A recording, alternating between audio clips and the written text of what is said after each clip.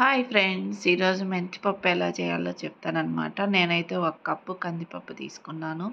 దీనికి కావాల్సినవి చెప్తాననమాట ఇప్పుడు. టమోటా, తెల్లగడ్డ, ఎండుమిర్చి, మెంతులు, జీలకర్ర, తెల్లగడ్డ, చింతపండు ఇవన్నీ తీసుకోవాలనమాట.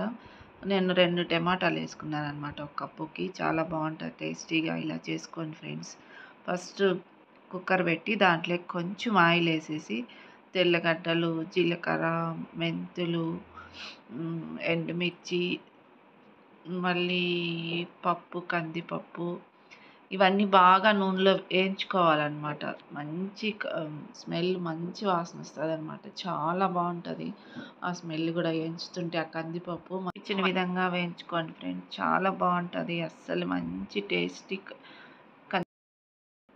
దాంట్లోకి చింతపండు, టమోటా వేసేసి అది కూడా బాగా వేగాలన్నమాట. ఒక 5 మినిట్స్ అలా వేగిన తర్వాత వాటర్ వేసుకోవాలి. వాటర్ వేసుకొని నేను కుక్కర్ విజిల్ పెట్టేస్తానన్నమాట. ఒక 4 విజిల్ పెట్టామనుకో బాగా బాయిల్ అయిపోతుంది, బాగా ఉడికిపోతుంది అనమాట. ఆ లోపల నేను చిన్న ఎర్రగడ్డలు తీసుకున్నాను. చాలా టేస్టీగా ఉంటాయి ఇవైతే పప్పుకి. చూడండి ఇలా తిరగపోసుకున్నాను అనమాట.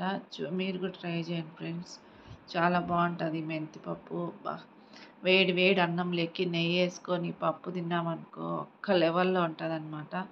ఈ వీడియో మీకు నచ్చితే లైక్ చేయండి, షేర్ చేయండి, సబ్స్క్రైబ్ చేసుకోండి. ఓకే.